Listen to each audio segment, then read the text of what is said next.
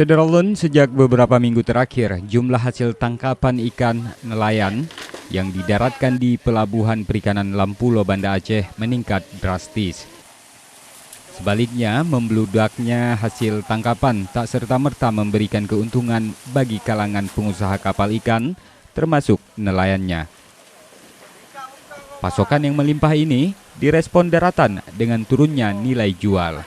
Bahkan, tak sedikit ikan yang tak terpakai dan terpaksa dibuang. Karena pasokan keluar itu kan lagi banyak, jadi konsumsinya kalau untuk Aceh melebihi konsumsi. Jadi kalau kita bawa ke Medan, kalau produksinya bawa sama nggak bisa produksi misalnya ke Jakarta. Seharusnya kan izin ekspor pun harus ada di sini. Jadi kita bisa langsung bawa keluar. Bisa ke Malaysia. Malaysia kan butuh sekarang. Karena di Malaysia kadang-kadang bisa laku 25. Di sini bisa kita jual ke orang itu 15.000, kan udah lumayan nelayan. Sampai sekarang belum ada izin dari Aceh langsung keluar. Ini ya, pelabuhannya udah ada kan, belum kerja kan.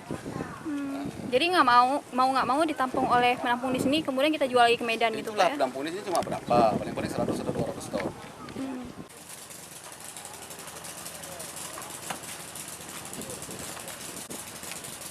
Minimnya industri pengolahan di daratan mengakibatkan hasil laut Aceh bernilai rendah. Kalangan pengusaha kapal ikan pun berharap agar pemerintah merangsang investasi pabrik-pabrik pengolahan ikan untuk beraktivitas di Aceh.